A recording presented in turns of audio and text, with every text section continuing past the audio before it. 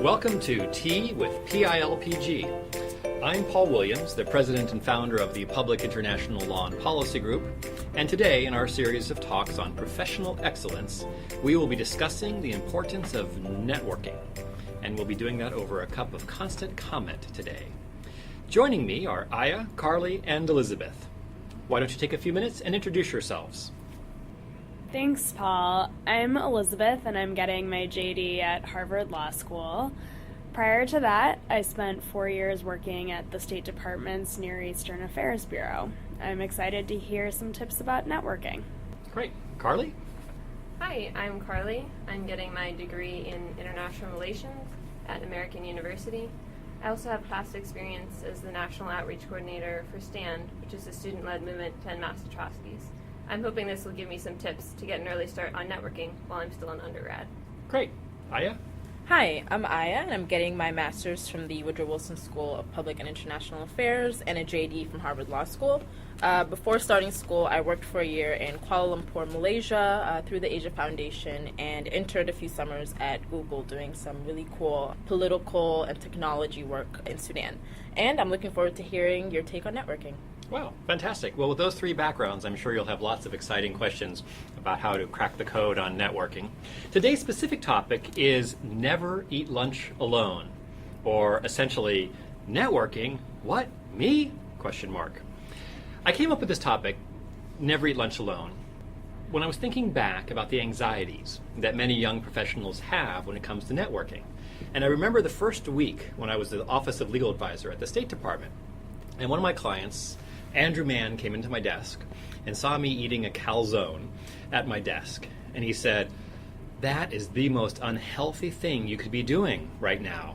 And I thought, what? Calzone? I'm okay. And he said, no, eating alone at your desk. It's the most unhealthy professional thing you can do. Have you not noticed that you're inside the Department of State? 12,000 Foreign Service officers doing amazing things on every corner and part of the globe. Oh, and by the way, you're also in Washington, D.C., one of the most amazing cities on this earth when it comes to the dynamic things that other young professionals and mid-career and senior professionals are doing. Why are you so pathetic that you're sitting there at your desk eating a greasy calzone and not out there networking and making new friends or touching base and deepening relationships with other friends? So, I still enjoy a calzone every now and then, but I never eat lunch alone. And you should never eat lunch alone either. Aya, how do you feel about networking? Let's talk about some of your anxieties and some of your myths. Personally, I think networking is just like salesmanship. I'm just selling a product. I think my merit and achievement should speak for themselves and are more important. Networking is about salesmanship. We talked about the other day on one of our earlier podcasts, The Startup of You, that your startup companies, your products, you have skill sets. You want to be paid for those skill sets. You're selling your product. Just like any company sells a product, you have to sell your talent base. If you're going to be a lawyer, you're going to need clients. If you're going to run a nonprofit, you're going to need clients and funders. If you're going to do these exciting things that exist, these exciting opportunities on your horizons, you're going to need to sell yourself. Now, you're also right in that the most important thing is merit, talent, and skill. There's no sense in going through life selling goods that people are going to return or that are going to have to be recalled. So make sure that you have nailed down your research skills, your writing skills, your oral communication skills, your teamwork skills, your leadership skills, and then go forth and sell those skills. It's also something worth noting that networking is in itself a skill. When companies look to hire young professionals, they're looking, can they write well, can they do research, can they articulate, can they play well on teams, and can they sell themselves, can they sell the company, and can they develop relationships that may turn into client relationships or funder relationships? The ability to build and maintain and deepen a network is actually a skill set that many are looking for. And one last reason why you need to combine merit and networking is that you may be exceptionally qualified for that exciting job at the State Department or that exciting job at the White House or on the Hill, but there are hundreds of other individuals that also appear to be highly qualified for that job. And so when you get down to that short list, folks are going to be reaching out to their network to see if their network has heard about you, that there's an overlap between your network and the network that the employer or the senior professional maintains. And the more overlap, the more positive feedback, the more positive reinforcement, the more likely you are to get that amazing job that you're gunning after. Those all sound like great reasons to network, but one of my hesitations is, how can I give or help people while I'm networking? I feel like I'm just receiving. You're at the early stages of your career, Carly. So that anxiety or that myth of my network would be unidimensional is often held by young professionals. And there's two antidotes to that anxiety. The first is to think of your network as a long-term investment.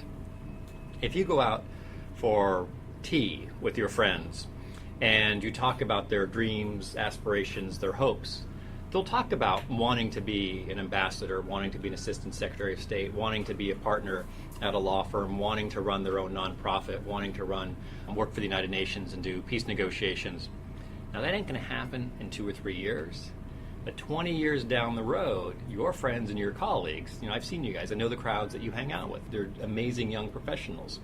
They will be in those positions or in other types of positions where they're making that difference, where they're having an impact. It's too late then to ring them up and say, Ambassador Smith, Assistant Secretary Jones, would you mind being part of my network? Would you mind being part of my political affiliation? Would you mind being part of the group of like-minded individuals that I hang out with and try to make a difference in the world with? But if you start those relationships now, even if it's horizontal networking, your network will grow every year. You should also be heavily engaged in vertical networking because senior established professionals are always looking for new hires. They're always looking for the best and the brightest. It's a lot easier to hire a senior professional into PILPG because there are so few individuals that are qualified at that senior professional level. It's very difficult when we do hiring for the entry-level positions because there are so many individuals on paper who appear to be qualified. And if you can demonstrate early on through your network, and the ways in which you can demonstrate your network through your LinkedIn, through your Facebook, through your Twitter, that then signals to future employers, and certainly signals to PILPG, that even as a young professional, you would have tremendous value to add, because you would be able to tap into a group of individuals that we would be recruiting from, or we would be looking for in order to make use of their talent pool as well. So it really never is too early to start networking or building your network. So I still have 2 years of law school left. I thought I didn't need to start networking until I was looking for a job. Build your network before you need it. Because when you need your network, it'll be too late to have that network. Think of the rule of 5 by 5. By 5 o'clock every evening, you should have 5 new contacts, 5 new relationships that you've met and that you've begun to develop. And since it's tea time, you only have a couple of hours left today to sort out those 5 new contacts. Most folks wait until they start their new job. Then they're too busy doing their new job in order to network. You want to create this network now so that as you grow older professionally, your network also grows older professionally. And you want to have that network in place so it can help you secure that first amazing job. The first job that you get out of school, the second or third job you get after you rotate from that job, that's part of your identity. That's part of your brand, and that's part of your platform that you'll build on for your future career. So not to stress you out, but it's not just about being a 40-something who taps into her network in order to figure out how to change jobs. It's being a 20-something who's able to use both their horizontal as well as their vertical network. I should also mention one of the things that is afflicting young professionals are these flash advertisements. Because there are so many young professionals out there on the market looking for jobs that are interesting and exciting and challenging, companies, the government, firms will oftentimes only interview for a week. And what they've discovered is they'll get the 500 to 600 to 700 applications they need in that week. and that most of those applications will be in some way connected to a network of existing professionals at that firm or within that agency.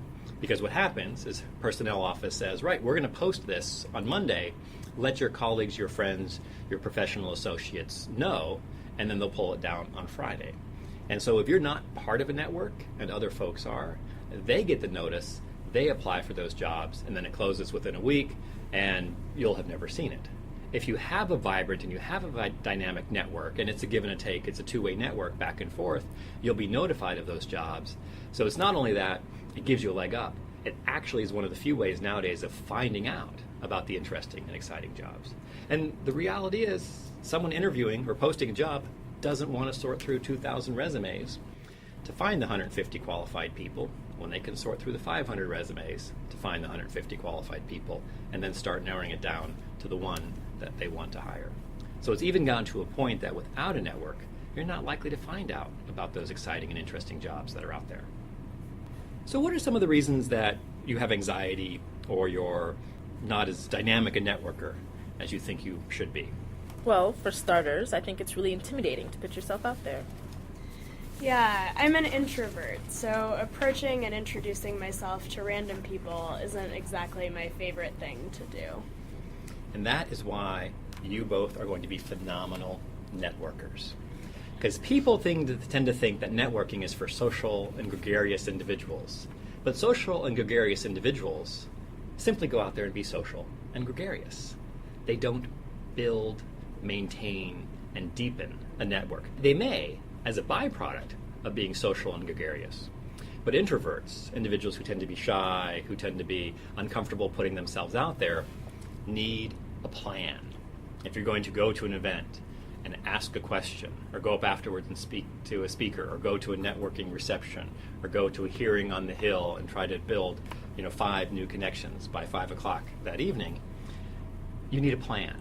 And having a plan makes you a much more effective networker. Knowing what your brand is, knowing what your professional passion might be, having the business cards in the right pocket and ready to be able to flip a business card with the contact that you're beginning to develop a relationship with. And then coming back and thinking, whoa, that took up all of my energy allotment for the day to go and get my 5x5, to do my network. I'm not just going to throw these business cards in a shoebox. I treasure these cards. I'm going to connect with them on LinkedIn. And of course, because it's much easier to put out yourself electronically than it is in person, you have a nicely polished LinkedIn profile. You're going to invite them on your professional Facebook page. You're going to follow them on Twitter, and those pages and sources are also nicely polished up.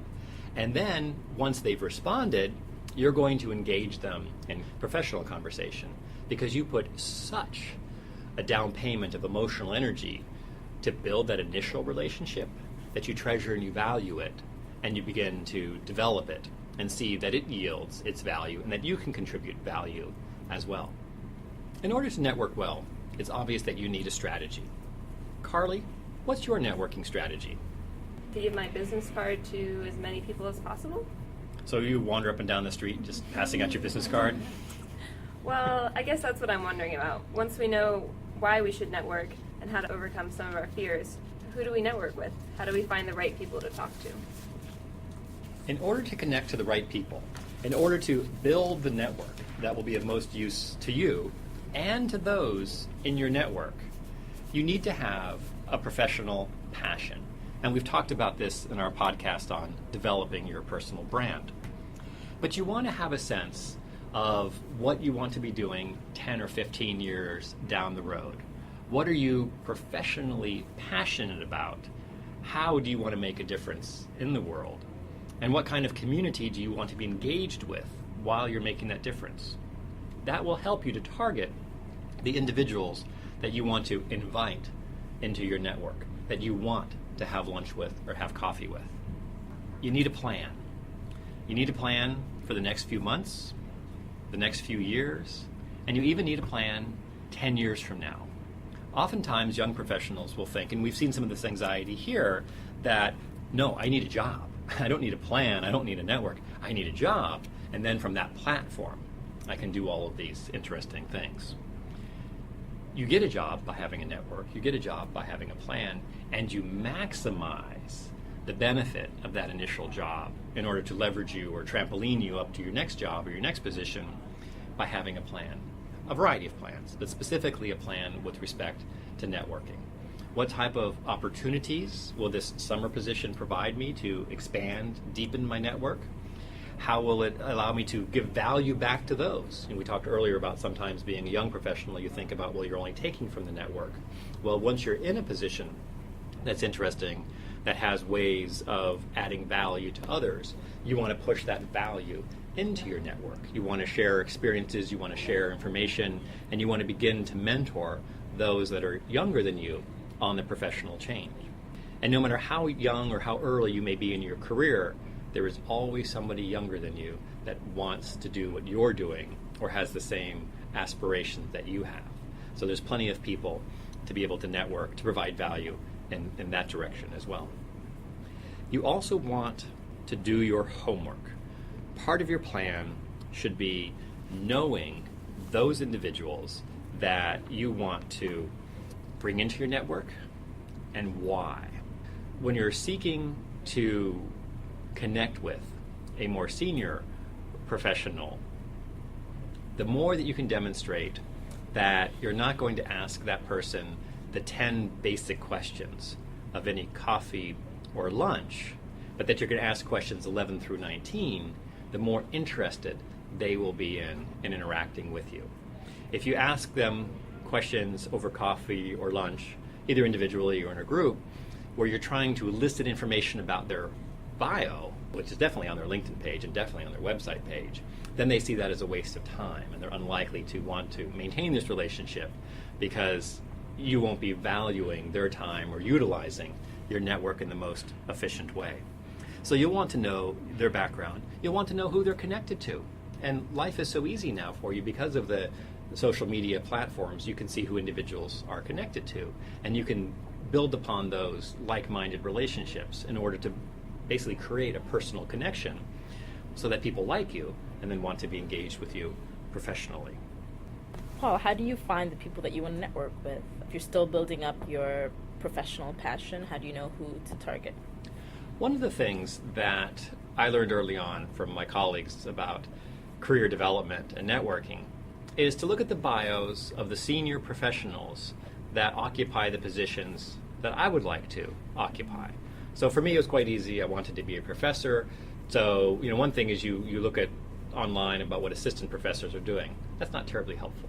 You look at what senior professors are doing, and you work backwards from there. You see if they've been on task force for the American Society of International Law, you see where they've published, you see what types of collaborative research that they've conducted. And by working backwards from a senior professional's bio, you can see and identify the types of organizations, initiatives, and activities that they were involved in. And then you can map out the current individuals who are involved in those organizations and activities, and then that becomes your aspirational network. So you don't ring up the president of the company and say, hey, I'd like to put you in my network, but if you're a summer associate, you find a ways of bonding with the summer associates in that company, which has the president or somebody senior that you're interested in bringing into your network, and that's how you begin to develop those overlapping relationships. You also find individuals that are working for those organizations or engaged in those activities because they also probably aspire to those types of positions 10, 15, 20 years down the road. So for your horizontal network, you want to be able to create a group of like-minded individuals in your network who will be looking for the same type of opportunities that you're looking for. Ironically, it's a lot easier to convince someone in a senior position to take the time for coffee or lunch because they know the value of networking. You don't reach a senior position by eating alone. You reach it because you have an amazing and phenomenal network, as well as being hugely talented and very skilled at what you do. But they can't field every call.